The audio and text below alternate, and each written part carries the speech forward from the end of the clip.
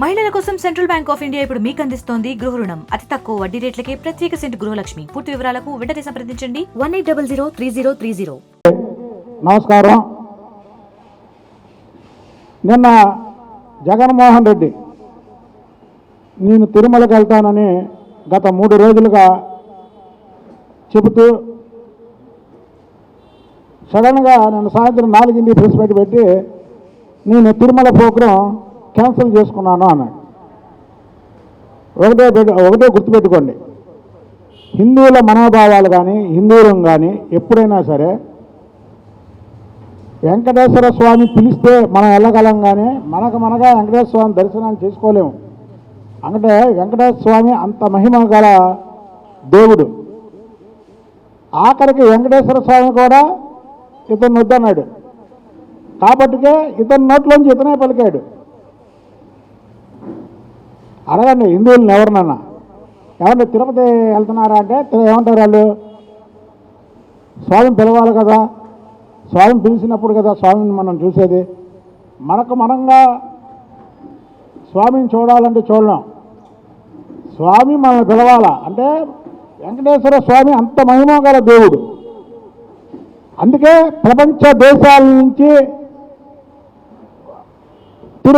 తిరుపతి దేవస్థానం వెంకటేశ్వర స్వామిని దర్శించుకునేది అందుకే.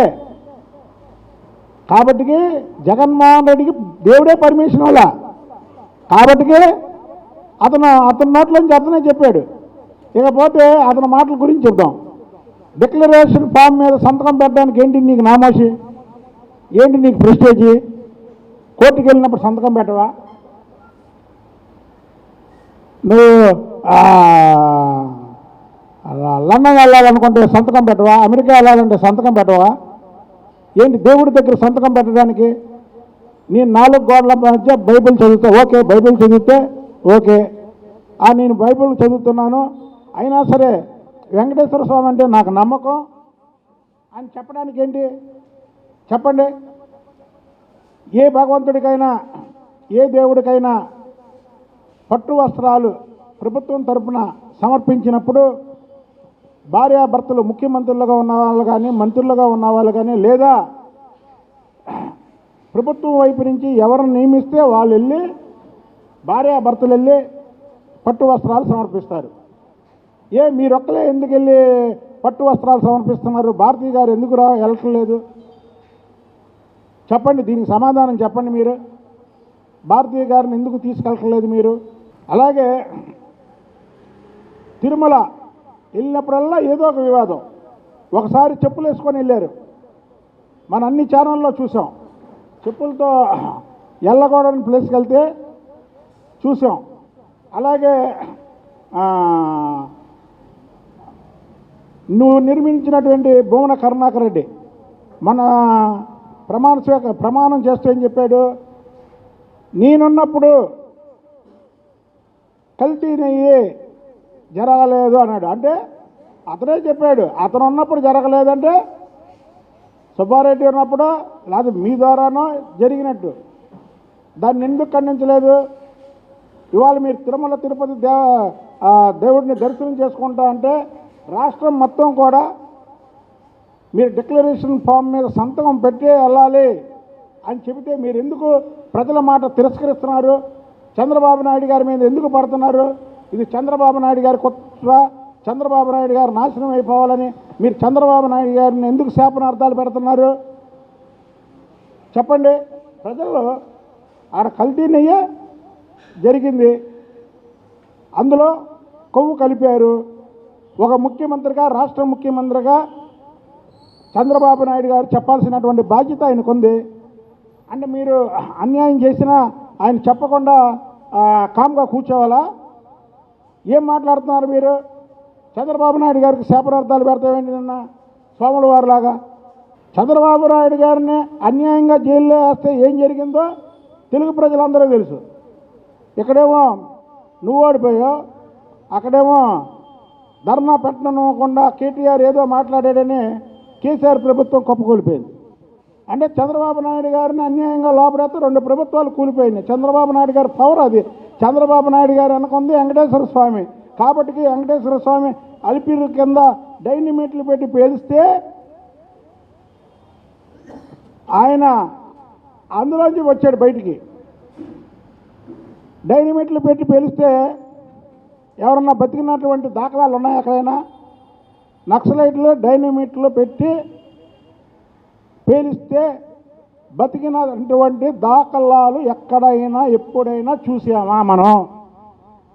ఒకే ఒకటి చూసాం, చంద్రబాబు నాయుడు గారిది. అంటే వెంకటేశ్వర స్వామి బతికిచ్చాడు. వెంకటేశ్వర స్వామి పాదాల కింద కదా వెంకటేశ్వర స్వామి కరుణా కటాక్షాలు చంద్రబాబు నాయుడు గారికి ఉన్నాయి.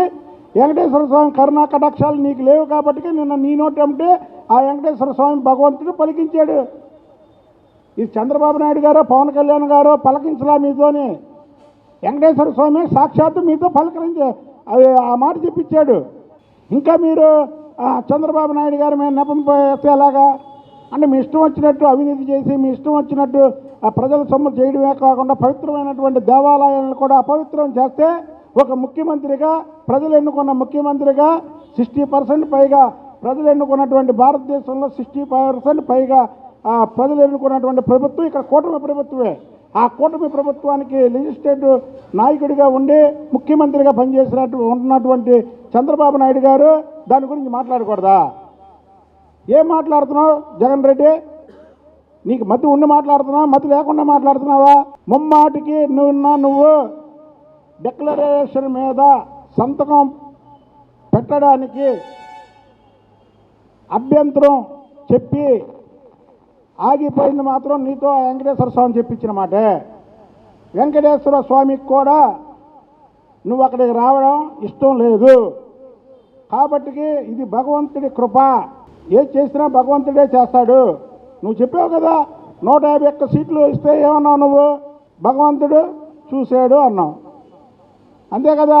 మళ్ళీ మాకు 164 సీట్లు ఇచ్చాడు, మేము కూడా చెప్పాంగా భగవంతుడు చూశాడని. అలాగే వాళ్ళు నువ్వు తిరుపతి వెళ్ళకుండా స్టేట్మెంట్ ఇచ్చావు, భగవంతుడే చూశాడు. కాబట్టి నువ్వు చంద్రబాబు నాయుడు గారి మీద నెపం మోపకు. రాష్ట్రంలో అనేక అక్రమాలు, అనేక అవినీతులు జరిగినాయి. ఇవాళ ఏమంటాడు 100 రోజులది ఫెయిల్ అంట, దాన్ని పక్కదారి పట్టించడానికి ఇదంట. అసలు జగన్మోహన్ రెడ్డి పథకం ప్రకారం దీన్ని రివర్స్ అటాక్ చేస్తున్నాడు. ఎందుకు చేస్తున్నాడయ్యా అంటే ఇంకా ఇతని మీద అవినీతి కోణాలు బోల్డ్ ఉన్నాయి. అవినీతి కోణాలు ఎక్కడ బయటికి అన్నీ ఒకటి తెస్తారో అని దీన్ని రివర్స్ అటాక్ చేసి ఇదిగో నా మీద తీసుకొచ్చారు అని చెప్పడానికి రివర్స్ అటాక్ చేస్తున్నాడు ఈ జగన్మోహన్ రెడ్డి. కాబట్టి మేమందరం చెప్తున్నాం, ప్రజలందరూ చెప్తున్నారు, మాకు మతాలు కులాలు ఏమి లేవు, అది కూడా చెప్తున్నాం. తెలుగుదేశం పార్టీ అందరినీ సమానంగా చూస్తుంది. రేపు ఎక్కడ అవినీతి జరిగినా మేము వెళ్తాం, ఎక్కడ అవినీతి జరిగినా మేము వెళ్తాం. ఇక్కడే కాదు, మసీదు మీదకి ఎవరన్నా దాడి చేస్తే మేము ఊరుకోం, చర్చి మీదకి దాడి చేస్తే ఊరుకోం. తెలుగుదేశం ప్రభుత్వం ఏదో నువ్వొక్కడివే నేను బైబిల్ చదువుతాను లేకపోతే నేను ఇచ్చేస్తాను అంటావేంటి? Chandrababu Naidu law and order control చేయడంలో నెంబర్ 1. అలాగే అక్కడ ఆ సంఘటన జరిగింది కాబట్టి దాని గురించి మాట్లాడాడు. నువ్వే మతాలని కులాలని వేరు చేస్తున్నావు. నీది మానవతా కులం అంటావు, మాదే కులం, మీ మానవులం కాదా? నువ్వొక్కడివే మానవుడివా? నువ్వొక్కడివే మానవుడివా? దానికి ఒక సమాధానం చెప్పు. అంటే నిన్నందరూ రాక్షసుడు అంటే నీకు నువ్వే నేను మానవ కులం అని దానికి సమాధానం చెప్పుకుంటున్నాడు ఆయన. కాబట్టి జగన్మోహన్ రెడ్డి నువ్వు చంద్రబాబు గారి నిందలు వేయడం మానేసి నీ దగ్గర ఉన్నటువంటి కరుణాకర్ రెడ్డి వేరే వాళ్ళు దీని గురించి మాట్లాడడం కూడా ఆపి దాని మీద విచారణకు ఎవరిని పిలిస్తే వాళ్ళు హాజరయ్యి దానికి కరెక్ట్గా సమాధానం చెప్పండి. ఇక కొడాలి నాని ఎలుకలు పారిపోయి బొక్కలో దక్కుంటాయి. అలాగా ఎలక్షన్ అయ్యాక కొడాలి నాని వంశీ ఇద్దరు కూడా ఎక్కడ దాక్కున్నారు. ఎలుక బొక్కకి మంట పెడితే బయటకు వస్తాయి, ఆ వేడికి తట్టుకోలేక. అలాగా జగన్మోహన్ రెడ్డి మాత్రం వీళ్ళు ఎక్కడున్నారో చూసుకొని పోలీసులకు కూడా దొరకలేదు. జగన్మోహన్ రెడ్డికి మాత్రం దొరికారు.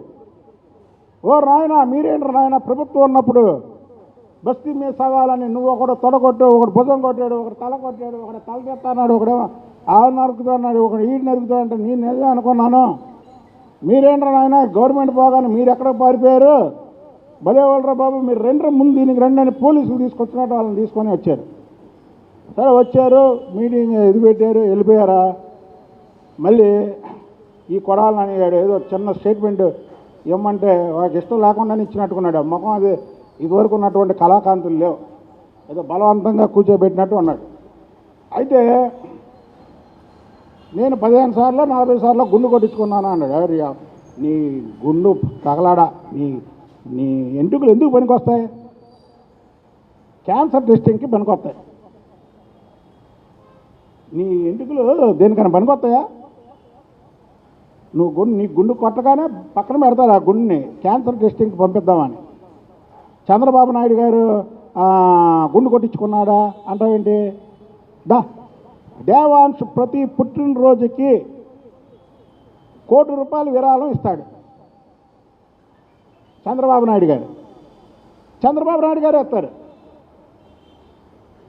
చంద్రబాబు నాయుడు గారి భార్య భువనేశ్వర్ గారు ఇస్తారు. మీ జగన్మోహన్ రెడ్డి ఎప్పుడైనా విరాళం ఇచ్చాడా? దాని గురించి చెప్పు. నేను గుండు కొట్టించుకున్నాను, చంద్రబాబు నాయుడు గారు గుండు కొట్టించుకున్నాడా?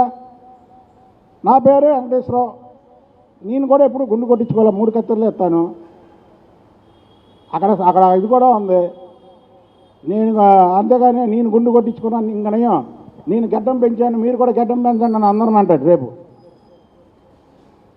మతిపోయింది వీళ్ళందరికీ. పదవిలో ఉంటే ఒకలాగా, పదవి లేకపోతే ఒకలాగా. మేము అలా కాదే, పదవి ఉన్నా ఒకలాగా, పదవి లేకపోయినా ఒకలాగా ఉంటాం. నన్ను చాలామంది అడిగారు చంద్రబాబు నాయుడు గారు ఏంటంటే ఫస్ట్ లిస్టులో రాలేదు అని. మాకెందుకు first list, second list, third list? మేము చంద్రబాబు నాయుడు గారు నా గుండెల్లో ఉంటాడు. చంద్రబాబు నాయుడు గారికి నేను మనసులో ఉంటా. ఆయన పదవి ఇస్తే తీసుకుంటాం, పదవి ఇవ్వకపోతే తీసుకోము. మేము బతుకున్నంత వరకు చంద్రబాబు నాయుడు గారితోనే ఉంటాం. అది ఛాలెంజ్. అంతేకాని పదవి ఉంటే ఒకలాగా, పదవి ఉంటే లేకపోతే ఒకలాగా చూస్తున్నారుగా రాష్ట్ర ప్రజలందరూ. కాబట్టి జగన్మోహన్ రెడ్డి చివరగా నిన్ను దేవుడే వద్దనుకున్నాడు. నువ్వు కొవ్వు కలిపిన నెయ్యిలో లడ్డూని తయారు చేసినటువంటి జగన్మోహన్ రెడ్డి నన్ను చూడడానికి వీల్లేదు అని నీ నోటితోనే ఆ మాట పలికించాడు. అది ప్రజలందరూ కూడా తెలుసుకోవాలని కోరుకుంటున్నాం. మరిన్ని వీడియోస్ కోసం ఛానల్ ని సబ్స్క్రైబ్ చేయండి, లేటెస్ట్ అప్డేట్స్ కోసం వాట్సాప్ ఛానల్ ని ఫాలో చేయండి అండ్ లింక్ డిస్క్రిప్షన్ లో ఉంది.